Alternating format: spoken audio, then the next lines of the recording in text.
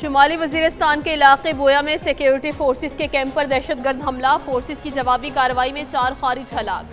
ISPR کے مطابق بھارتی پراکسی فتنہ الخارج سے تعلق رکھنے والے خارج کی دراندازی کی کوشش ناکام، فائرنگ کے تبادلے میں پاک فوج کے 4 جوان شہید۔ خارج نے بارودی گاڑی بیرونی دیوار سے ٹکرا دی جس سے دیوار منہدم ہو گئی۔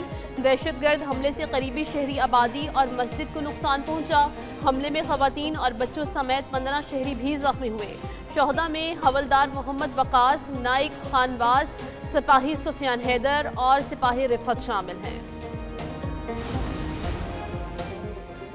افغان سرزمین سے پاکستان میں دہشت گردی، پاکستان کا افغان طالبان رجیم کو ڈی مارچ۔ افغان طالبان رجیم کے ڈیپٹی ہیڈ آف مشن کی دفتر خارجہ طلبی، افغانستان سے پاکستان کی سرزمین پر ہونے والے دہشت گرد حملے پر شدید احتجاج۔ ترجمان دفتر خارجہ کے مطابق افغانستان سے شمالی وزیرستان میں فوجی کیمپ پر حملہ کیا گیا۔ حملہ افغانستان سے TTP کے حافظ گل بہادر گروپ نے کیا۔ پاکستان دہشت گرد حملے کی شدید مذمت کرتا ہے۔ حملے میں 4 پاکستانی فوجی اہلکار شہید ہوئے تھے۔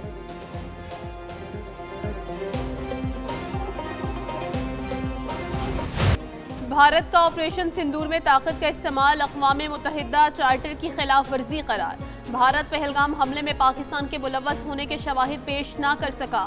اقوام متحدہ کے ماہرین نے پاک بھارت جنگ پر رپورٹ جاری کر دی۔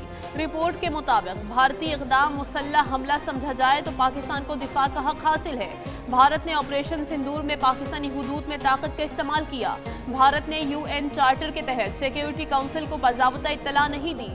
بھارتی حملوں میں مساجد متاثر ہوئی، متعدد شہری شہید اور زخمی ہوئے۔ UN ماہرین کے سنتاس معاہدے پر بھی پاکستان کے موقف اور بیانیے کی توثیق۔ پانی کو سیاسی یا معاشی دباؤ کا آلہ نہیں بنایا جا سکتا۔ کوئی فریق یک طرفہ طور پر سنتاس معاہدہ معطل نہیں کر سکتا۔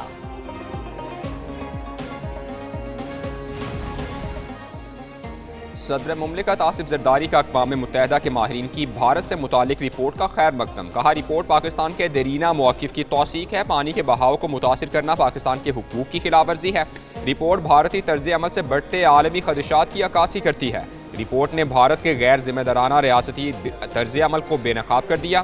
دھمکی، طاقت اور تشدد بھارت کا وتیرہ ہے۔ بھارت اقلیتوں کو دیوار سے لگانے کی پالیسی پر عمل پیرا ہے۔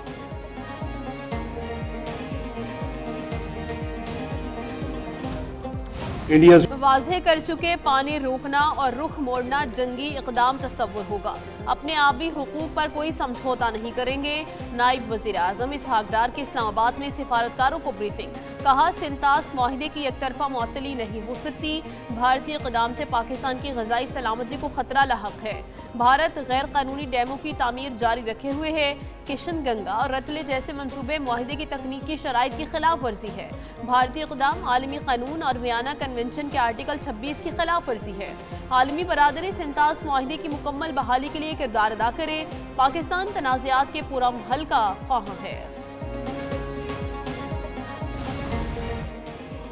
بھارت کی آبی جارحیت پر پاکستان کا بھارت سے باضابطہ رابطہ۔ چناب میں پانی کی غیر معمولی کمی پر پاکستان نے بھارت سے وضاحت طلب کر لی۔ وزارت آبی وسائل کے مطابق سنتاس معاہدے کے تحت ڈیڈ سٹوریج خالی کرنا ممنوع ہے۔ 17 دسمبر سے چناب کے بہاؤ میں نمایاں بہتری شروع ہوئی۔ محکمہ آبپاشی کی جانب سے چناب کی مسلسل نگرانی جاری۔ چناب میں پانی کے بہاؤ میں غیر معمولی کمی کے بعد استحکام آ گیا۔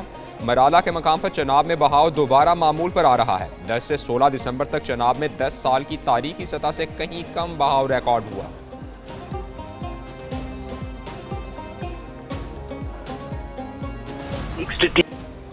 بھارت نے پہلے پاکستان کو خود سے کمتر سمجھ کر اس پر حملہ کیا اور بعد میں اسی روش پر رہتے ہوئے سنتاس کا معاہدہ معطل کر دیا جو عالمی قوانین کی سراسر خلاف ورزی تھی۔ سابق وزیر خارجہ ہنا ربانی گھر کا کہنا ہے کہ اب اقوام متحدہ کی رپورٹ میں بھی یہ ثابت ہو گیا کہ بھارت نے آپریشن سندور میں پاکستانی حدود میں طاقت کا استعمال کر کے اور سنتاس معاہدہ معطل کر کے UN چارٹر کے تحت سیکیورٹی کونسل کو باضابطہ اطلاع نہیں دی جو عالمی قوانین کی خلاف ورزی ہے۔ انسداد دہشت گردی عدالت نے 9 مئی کے ایک اور مقدمے کا فیصلہ سنا دیا۔ ڈاکٹر یاسمین راشد، میاں محمود الرشید، اعجاز چودھری، عمر سرفراز چیمہ کو 10 سال قید کی سزا سنا دی گئی۔ عدالت نے شاہ محمود قریشی کو GOR گیٹ توڑنے کے مقدمے سے بری کر دیا۔ ATC جج نے کوٹ لکھپت جیل میں محفوظ فیصلہ سنایا۔ دوران ٹرائل ڈاکٹر یاسمین راشد سمیت 21 ملزمان کے حتمی بیان قلم بند کیے گئے۔ پروسیکیوشن کی جانب سے 56 گواہان کو عدالت میں پیش کیا گیا۔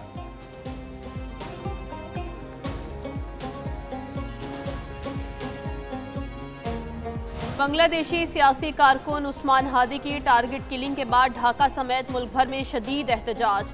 مظاہرین نے غدار وطن شیخ مجیب الرحمان کا گھر نظر آتش کر دیا۔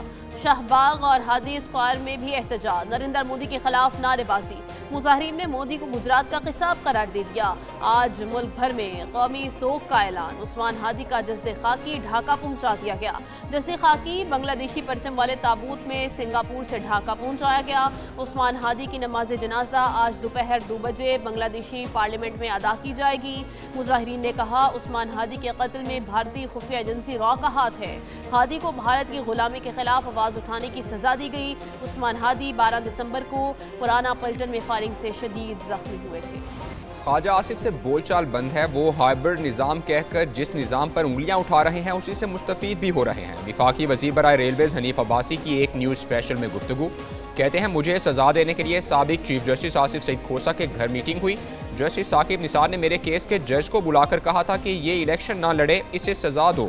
ثاقب نثار نے فیض حمید سے 2 گاڑیاں بھی لی تھیں۔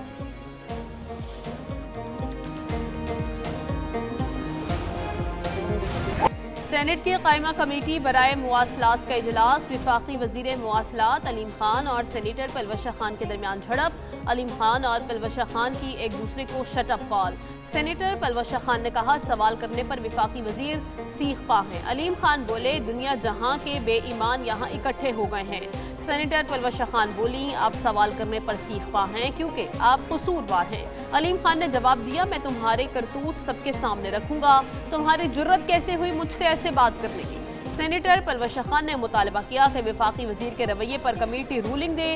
وفاقی وزیر اگر میری ذات پر بات کرنا چاہتے ہیں تو کریں۔ بندوق کے زور پر کوئی اپنے نظریات ہم پر مسلط نہیں کر سکتا۔ بلوچستان کو لا حاصل جنگ میں دھکیلنے کی کوشش ہو رہی ہے۔ وزیر اعلیٰ بلوچستان میر سرفراز بگٹی کا کوئٹہ میں تقریب سے خطاب۔ کہا دہشت گردوں کے مذموم عزائم کامیاب نہیں ہونے دیں گے، ہر قسم کے چیلنجز سے نمٹنے کے لیے ہر وقت تیار ہیں۔ بلوچستان کی عوام دہشت گردی کے خلاف کھڑے تھے، ہیں اور رہیں گے۔ بھٹکے ہوئے لوگ واپس آنا چاہتے ہیں تو ریاست کے دروازے کھلے ہیں۔ بلوچستان پولیس امن کے لیے قربانیاں دے رہی ہے۔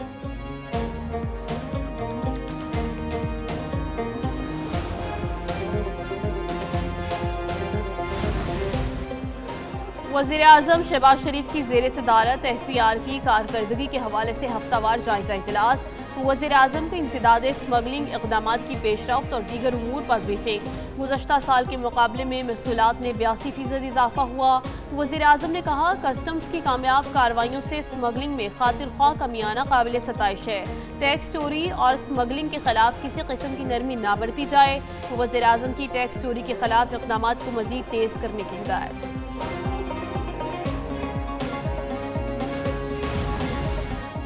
سڈنی بیچ پر حملے کی تحقیقات میں پیش رفت۔ سڈنی حملہ آوروں سے رابطے کے شعبے میں 7 افراد زیر حراست۔ Deputy commissioner New South Wales نے کہا کہ زیر حراست افراد کی حملہ آوروں سے نظریاتی مماثلت ہے۔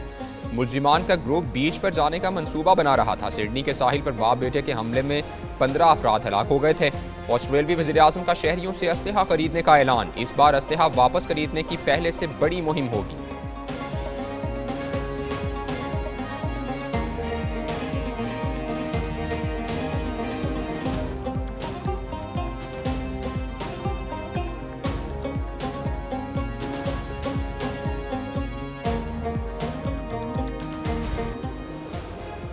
ماڈرن پنجاب میں گڈ گورننس کی اعلیٰ مثال قائم۔ پہلی بار ورچوئل ٹور وال کا قیام۔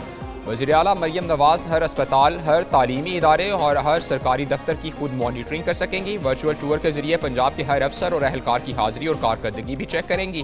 کمشنر، ڈپٹی کمشنر اور اسسٹنٹ کمشنر کی کارکردگی جانچنے کے لیے پہلا KPI ڈیش بورڈ فعال۔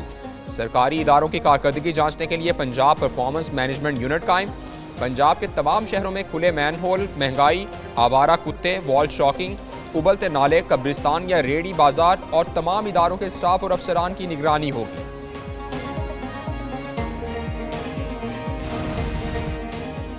کراچی میں حادثات اور بھاری ای چالان کے خلاف احتجاج۔ جماعت اسلامی نے شہر کے 13 مقامات پر دھرنا دیا۔